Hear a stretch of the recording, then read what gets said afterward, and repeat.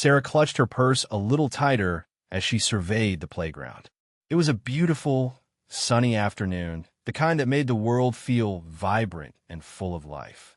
Children shrieked with laughter as they swung high in the air, their parents chatting and watching from nearby benches. Sarah, however, always felt a twinge of anxiety in these situations. Protecting her daughter, Lily, was her top priority, and that meant being vigilant, always on the lookout for potential dangers. Lily, a bright-eyed girl with pigtails bouncing, was happily building a sandcastle near the edge of the sandbox. Sarah smiled, but her eyes constantly scanned the perimeter. She noticed a group of teenagers loitering near the basketball court, their music a little too loud. She made a mental note to keep Lily away from that area. Then, her gaze landed on a man sitting alone on a bench, and a knot formed in her stomach. He wasn't doing anything overtly threatening, but something about him made Sarah uneasy. He was dressed in worn jeans and a faded t-shirt, and she could see tattoos peeking out from under his sleeves. He had a military-style haircut, which, in other circumstances, she might have admired, but right now, it just added to her sense of unease. His face was etched with a deep sadness, his eyes fixed on something beyond the playground, lost in a world of his own. Sarah's mind raced, filling in gaps with assumptions. He just didn't look like he belonged here, surrounded by happy families and carefree children. He looked rough. Michael sat on the weathered wooden bench, the afternoon sun warm on his face, yet doing little to thaw the chill in his heart. He was a man sculpted by hardship, his body a roadmap of battles fought and losses endured. The military haircut, close-cropped and precise, was a habit ingrained from years of service, a stark contrast to the unruly emotions swirling within him. His tattoos, glimpses of which were visible beneath the sleeves of his plain gray t-shirt, told stories of camaraderie and sacrifice, of faraway lands and fallen brothers. An American flag encircled by barbed wire adorned his left forearm. On his right, the name Ethan was inked beneath a tiny set of footprints. He wore simple, faded jeans, the kind that spoke of practicality rather than fashion, and his worn boots were scuffed with the dust of countless journeys. But it wasn't his clothes or his appearance that defined him. It was the profound sadness etched on his face, the heavy weight in his eyes. He watched the children play, their innocent laughter a bittersweet symphony that both soothed and tormented him. He longed to join them, to share in their joy, but the invisible wall of grief kept him trapped in his own private world. He was a ghost in their vibrant scene, a shadow of the man he once was. The laughter echoed, a reminder of what he had lost, the future that had been stolen from him. He clutched a small, worn teddy bear in his hand, its fur matted and faded, a silent, tangible link to the son he missed so dearly. Sarah's eyes kept drifting back to Michael. She tried to focus on Lily's sandcastle, on the reassuring normalcy of the other parents chatting nearby, but her attention was magnetically drawn to the solitary figure on the bench. Each glance fueled her growing unease. The tattoos, partially concealed by his t-shirt, seemed more menacing with each observation. She imagined intricate designs, dark and foreboding, swirling beneath the fabric. Were they gang-related? Did they signify something dangerous? Her mind conjured up images from late-night news reports, distorted and amplified by her fear. His rough look, as she internally categorized it, became increasingly alarming. The way he sat so still, his gaze fixed on some unseen point, felt less like sadness and more like predatory observation. She noticed the way his hand tightened around the teddy bear, the knuckles white with tension. Was he angry? Was he unstable? She chided herself for judging a book by its cover, but the primal instinct to protect Lily overrode her better judgment. Every instinct screamed at her that something wasn't right. He didn't smile. He didn't interact with anyone. He just sat there, a silent, brooding presence that disrupted the playground's cheerful atmosphere. She told herself she was being ridiculous, that she was overreacting. But the seed of fear had been planted, and it was rapidly taking root. She started formulating a plan. Should she call the police? Should she alert the other parents? Or should she simply confront him and ask him to leave? The last option seemed the most direct, but also the most risky. The decision was almost made for her. A small boy, no older than 5, darted past Michael, chasing a runaway soccer ball.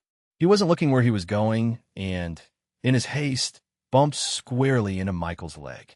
The force of the collision caused Michael to jolt, and the worn teddy bear slipped from his grasp, falling to the ground with a soft thud. The little boy, startled by the collision, burst into tears. Michael, jolted out of his reverie, immediately bent down to help the child. "Hey, it's okay," he said, his voice surprisingly gentle. "No harm done." He reached out to pick up the teddy bear, but Sarah saw only a large, tattooed hand reaching toward the child. In that instant, Sarah's fear reached its peak. The image of Michael looming over the crying boy, combined with her preconceived notions, solidified her resolve. This was her moment to act, to protect her daughter and all the other children at the playground from what she perceived as a clear and present danger. The teddy bear on the ground became a symbol of something sinister, a prop in a potentially dangerous game. Any remaining hesitation vanished, replaced by a surge of adrenaline and a fierce determination to safeguard her child. She marched purposefully towards Michael, her heart pounding in her chest. "Get away from him!" Sarah's voice cut through the air, sharp and accusatory. She strode towards Michael, her eyes blazing with a mixture of fear and anger. The other parents turned to look, their conversations dying down as they sensed the tension in the air. Michael, still kneeling beside the little boy, looked up, his expression a mixture of confusion and surprise. He hadn't anticipated this sudden outburst. He'd simply been trying to help. Sarah reached them, planting herself firmly between Michael and the child. "You don't belong here," she said, her voice trembling slightly but filled with conviction. "This is a place for families, for children, not for thugs." The word hung in the air, heavy with prejudice and condemnation. The little boy, momentarily forgetting his tears, looked from Sarah to Michael with wide, confused eyes. Michael's face hardened. The sadness that had been etched there was momentarily replaced by a flicker of anger, quickly suppressed. He slowly stood up, towering over Sarah. He didn't say anything, but his silence felt more powerful than any words. "I said leave," Sarah repeated, her voice rising in volume. "Get out of here before I call the police. We don't want your kind around here." She gestured dismissively towards him, her hand trembling. She was terrified, but determined to stand her ground. She had to protect her child, even if it meant facing down this thug. For a moment, Michael simply stood there, stunned. Sarah's words, so harsh and accusatory, seemed to hang in the air, jarring him out of the quiet grief that had been his constant companion. He had been lost in a memory, a fleeting image of Ethan's smiling face, when Sarah's outburst shattered the fragile peace he had managed to find. The word thug stung, not because it was true, but because it was so profoundly untrue.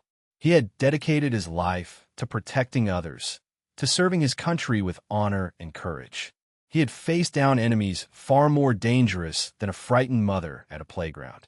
Yet, here he was being judged and condemned based solely on his appearance. His initial reaction was anger, a flash of righteous indignation that threatened to erupt. But beneath the anger lay a deeper weariness, a profound sadness that dulled the edges of his rage. He was tired of fighting, tired of explaining himself, tired of being misunderstood. He looked down at the little boy, who was now clinging to Sarah's leg, his eyes wide with fear. He saw the reflection of Sarah's prejudice in the child's innocent gaze, and a wave of despair washed over him.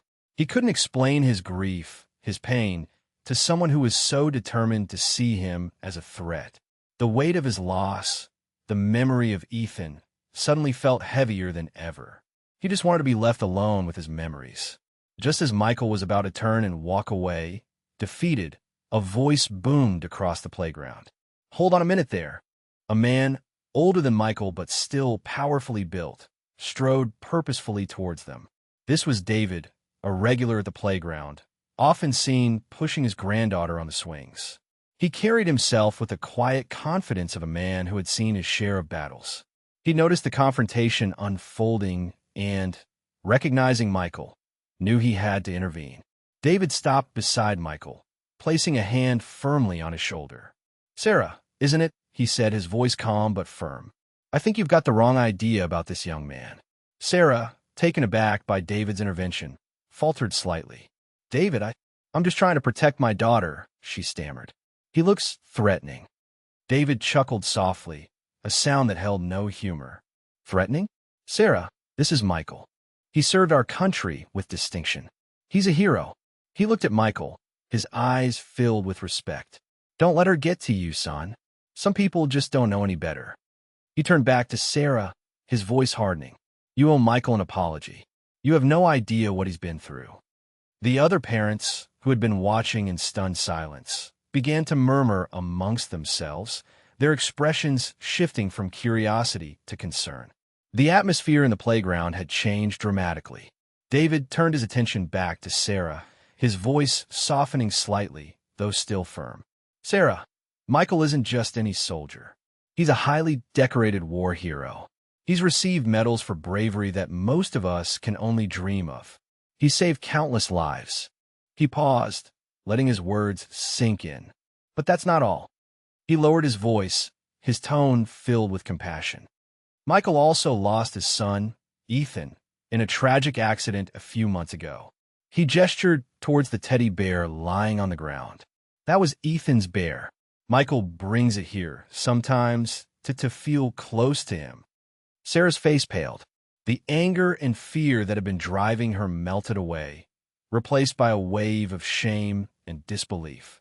She looked at Michael, really looked at him, and saw not a threatening thug, but a man consumed by grief, a man who had sacrificed so much for his country and now was suffering an unimaginable loss. The tattoos that had seemed so menacing now appeared as testaments to his courage and his commitment. The playground suddenly seemed to shrink around her, the cheerful sounds of children playing now a painful reminder of Michael's loss. She wanted to disappear, to rewind time, and undo the terrible words she had spoken. The weight of her misjudgment pressed down on her, suffocating her with guilt. How could she have been so wrong? How could she have been so cruel? David continued, his voice gentle now, understanding the weight of the information he was sharing. "This playground," he said, gesturing around, "is right next to the cemetery where Ethan is buried. Michael comes here because it's the closest he can get to his son. He likes to sit here and listen to the children play, to imagine Ethan playing with them." He looked at Sarah, his eyes conveying a mixture of pity and disappointment. "He's not here to cause trouble. He's here to grieve. He's here to remember. He's here to be a father, even though his son is gone." Sarah's breath hitched in her throat. The pieces of the puzzle clicked into place. The sadness in Michael's eyes, the teddy bear, the way he had been watching the children, it all made sense now. He wasn't a threat. He was a heartbroken father seeking solace in the echoes of childhood joy. She glanced towards the cemetery, barely visible through the trees bordering the playground. A wave of understanding washed over her, followed by an even greater surge of remorse. She had not only misjudged Michael, she had desecrated his grief, intruded upon his private pain with her unfounded accusations. The playground, once a symbol of safety and happiness, now felt like a sacred space that she had violated. The sounds of the children playing, which had previously been a source of comfort, now echoed Michael's loss, a constant reminder of what he had lost. The desert air shimmered with heat, the sun beating down on the small patrol unit as they navigated the treacherous terrain. Michael, younger then, his face clean-shaven and full of youthful determination, led the way. An explosion ripped through the air, throwing one of his comrades to the ground. Without hesitation, Michael charged towards the injured soldier, ignoring the hail of enemy fire. He dragged the wounded man to safety behind a Humvee, his own body shielding him from the relentless attack. He applied a tourniquet to the soldier's leg, his hands steady despite the chaos and danger surrounding him. He radioed for backup, his voice calm and reassuring. even as bullets whizzed past his head. Later, he would receive the Silver Star for his bravery, one of many commendations earned throughout his years of service. There were other stories. Michael single-handedly clearing a building of insurgents, rescuing a group of trapped civilians from a burning building, volunteering for the most dangerous missions, always putting the lives of others before his own.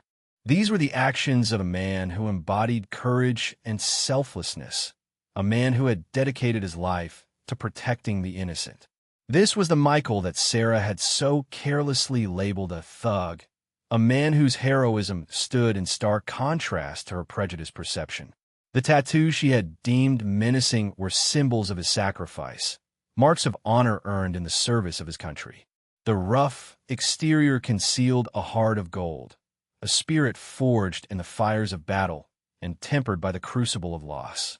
The scene shifts again, this time to a sunny afternoon, much like the one at the playground.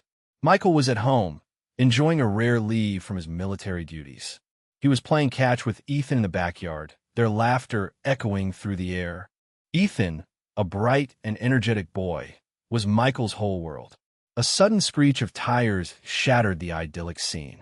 A car, driven by a distracted driver, careened off the road and into their yard. Michael reacted instantly, diving to protect Ethan, but it was too late. The car struck Ethan, the impact throwing him several feet. The world seemed to slow down, the sounds fading into a muffled roar. Michael rushed to his son's side, cradling him in his arms. Ethan's eyes were closed, his small body limp. Michael screamed for help, his voice raw with terror and despair. The ambulance arrived quickly, but it was too late. Ethan was gone. The joy and laughter that had filled their lives were replaced by an unbearable void. Michael and his wife, Emily, were shattered, their hearts broken beyond repair. The accident investigation revealed the driver was texting and driving. The loss of Ethan devastated Michael. He blamed himself, replaying the scene in his mind, wondering if he could have done something differently. He sank into a deep depression, haunted by the memory of his son's smiling face. The decorated war hero was now a broken man, struggling to cope with the unimaginable pain of losing his child. The teddy bear he clutched at the playground was one of the few remaining tangible links to the son he adored. The full weight of her actions crashed down on Sarah like a tidal wave. Remorse washed over her, so intense it was almost physical. Shame burned in her cheeks, a searing reminder of her prejudice and cruelty. She had not just misjudged a man. She had wounded a hero, desecrated a father's grief, and betrayed the very values she claimed to uphold.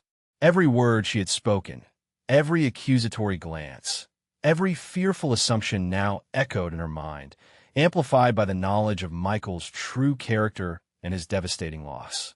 She saw the scene from a new perspective, Michael's grief-stricken face, now etched with a profound sadness that transcended her petty fears. The playground, once a symbol of safety and joy, now felt like a stage for her public humiliation. The other parents, who had witnessed her outburst, now looked at her with a mixture of pity and disapproval. She wanted to disappear, to crawl into a hole and hide from the world. The gravity of her mistake was overwhelming. She had allowed her fear to cloud her judgment, to transform a grieving father into a monster in her mind. She had acted impulsively, fueled by prejudice and a distorted sense of protection. And in doing so, she had inflicted immeasurable pain on a man who had already suffered more than anyone should ever have to bear. The word thug felt like a brand on her own forehead, a permanent marker of her shameful behavior. Sarah took a tentative step towards Michael, her legs feeling heavy and unsteady. The words caught in her throat, a jumbled mess of apologies and regrets. She wanted to express the depth of her sorrow, to convey the magnitude of her transformation, but the right words eluded her. "Michael," she began, her voice barely a whisper. She cleared her throat and tried again. "Michael, I'm so sorry." Her eyes filled with tears, blurring her vision. She could see the pain etched on Michael's face, the weariness in his eyes. She knew that no amount of words could undo the damage she had caused, but she had to try. I'm "I made a terrible mistake," she stammered, her voice trembling. "I judged you unfairly. I let my fear get the best of me. I had no right to say those things." She paused, struggling to compose herself. "What I said was unforgivable. You've given so much to our country, and I treated you with such disrespect. I'm truly ashamed." She wanted to tell him that she understood, that she now saw him as a grieving father, a war hero, a man deserving of respect and compassion. But she knew that she couldn't possibly understand the depth of his loss, the pain he carried within him. All she could offer was her sincere apology, her heartfelt regret. She just hoped it was enough. She looked at the ground, unable to maintain eye contact with the man she had so wrongly accused. Michael listened to Sarah's halting apology, his face etched with a mixture of pain and weariness. He could see the genuine remorse in her eyes, the weight of her guilt. He knew that her words came from a place of fear and misunderstanding, and while they had stung, he also recognized that she was now grappling with the consequences of her actions.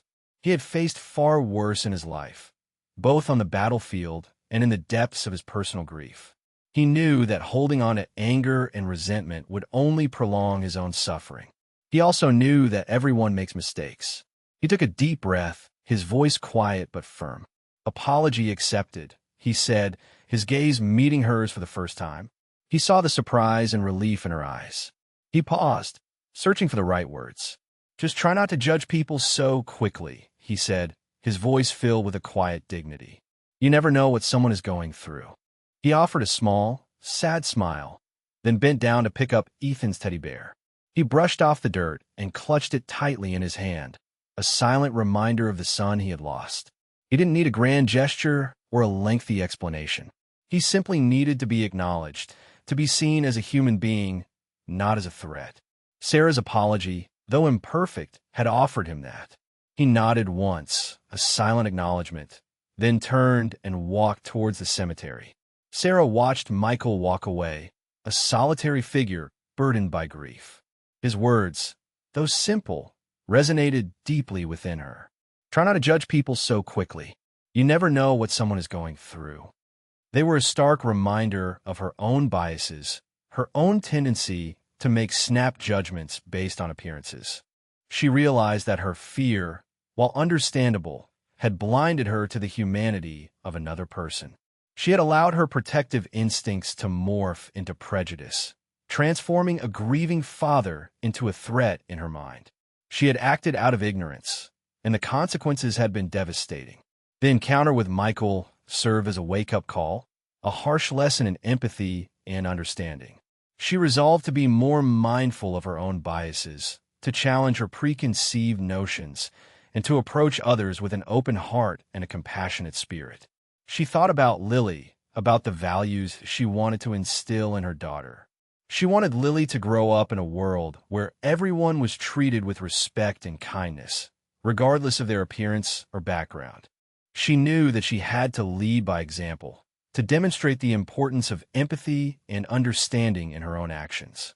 From that day forward, Sarah made a conscious effort to be more aware of her own biases and to challenge them whenever they arose. She vowed to be more understanding, more compassionate, and more open-minded. The playground incident had been a painful experience, but it had also been a catalyst for positive change.